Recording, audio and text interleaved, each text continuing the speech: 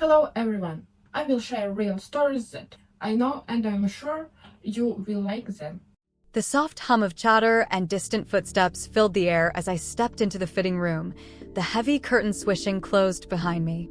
The mall was busier than I had expected for a weekday, but inside the small cubicle, the noise was muffled, distant, nothing but a faint reminder of the world outside.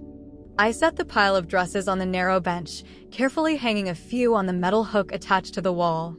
The mirror reflected the warm overhead lighting, casting a soft glow on my skin.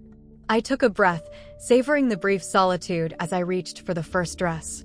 The fabric was smooth against my fingertips, a deep emerald green that I had picked out impulsively. It wasn't something I would normally wear, but something about it had drawn me in. I slipped my arms through the delicate straps, the cool material cascading down my body as I adjusted the fit, smoothing it over my waist. Turning slightly, I ran my hands down the fabric, admiring the way it hugged my form just right. A quiet shuffle outside made me pause. I glanced toward the curtain, my fingers stilling. The fitting room area had been nearly empty when I walked in, just a few hushed voices a few stalls over, an occasional rustle of fabric as someone else tried on their selections. But now, the footsteps felt closer, more deliberate. I ignored it, focusing back on the mirror. The dress looked better than I had expected, a rare moment where something fit just right on the first try. A small smile played at my lips as I reached up to fix the strap on my shoulder. And then, without warning, the curtain yanked open. A sharp gasp escaped me as I spun around, my heart slamming into my ribs. The world seemed to tilt for a fraction of a second as I processed what was happening, the sudden exposure, the cool air rushing in where there had just been warmth and privacy. And there he was, standing in the open entrance of my fitting room, eyes wide, hands still gripping the edge of the curtain.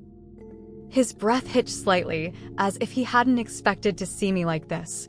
His gaze flickered downward for just a second before he caught himself, his jaw tightening. I swallowed hard, heat rising to my cheeks. What are you doing? My voice was unsteady, caught between shock and something I couldn't quite name. He didn't move. For a moment, we were frozen in place, locked in a silent, electric standoff. The sounds of the mall outside seemed muted, distant, like we had been pulled into a space outside of time. My pulse pounded in my ears, my body caught between the instinct to cover myself and the strange awareness that I was still standing in place, staring at him. He started, then stopped. His fingers flexed against the fabric of the curtain, his stance uncertain. I thought this was empty. I didn't believe him. Not entirely. His eyes said something different, something unspoken, something that sent a shiver down my spine. You should go, I said, finally finding my voice again, though it was softer than I intended. For a second, I thought he might stay, that he might say something else, but then he took a slow step back, releasing his grip on the curtain. The moment stretched, heavy and unresolved, before he finally nodded. Yeah, right. Then, just as quickly as he had appeared, he was gone, the curtain falling back into place with a quiet whisper of fabric.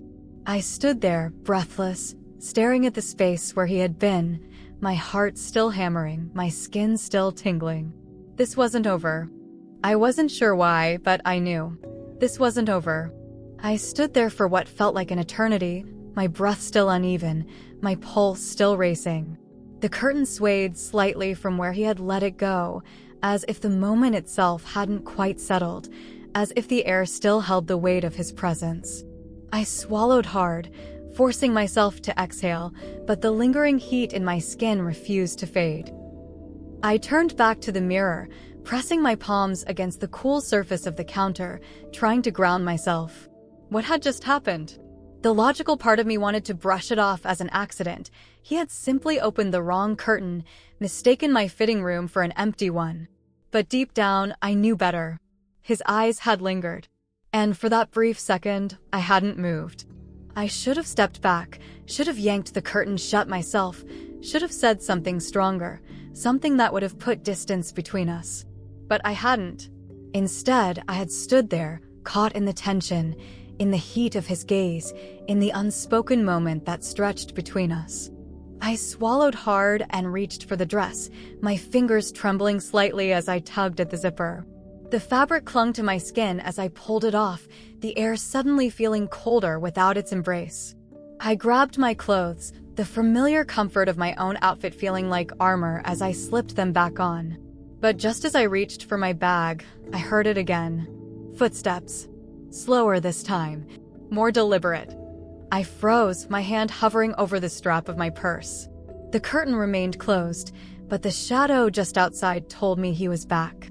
My breath caught in my throat, my heart hammering against my ribs.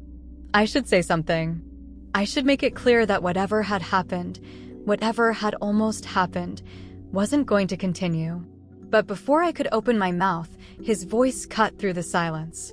"Are you okay?" The words sent a fresh wave of heat through me, not because of what he said, but because of how he said it. Low, cautious, like he was testing the waters, waiting to see how I would respond. I hesitated. "I'm fine. Are you?" His voice was closer now, just on the other side of the curtain. "Because you didn't look fine a minute ago." I swallowed, my fingers tightening around my bag. I just wasn't expecting that. A pause, a breath, and then neither was I. The quiet between us stretched again, but this time it felt heavier, more deliberate. My pulse pounded in my ears as I stared at the curtain, the thin fabric suddenly feeling like the only thing separating me from something I wasn't sure I was ready to name. I could walk away now.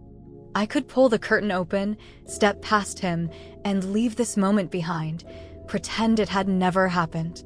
But something kept me still. Something made me stay.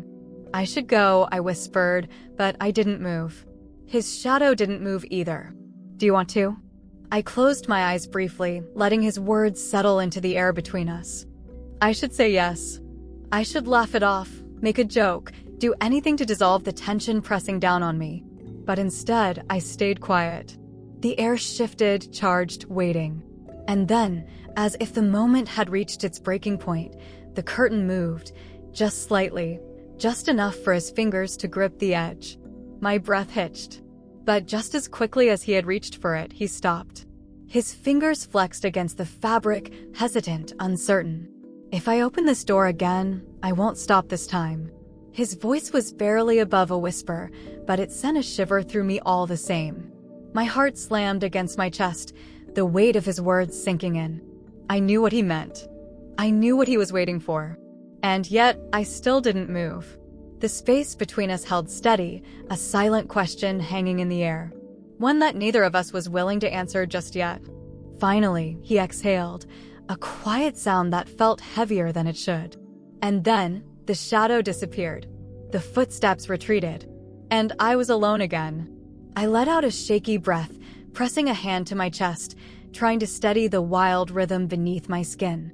The mall still buzzed outside, people coming and going, unaware of what had just happened, of the moment that had almost tipped over the edge. I gathered my things, stepped out of the fitting room, and walked away. But I knew. This wasn't over. Not even close.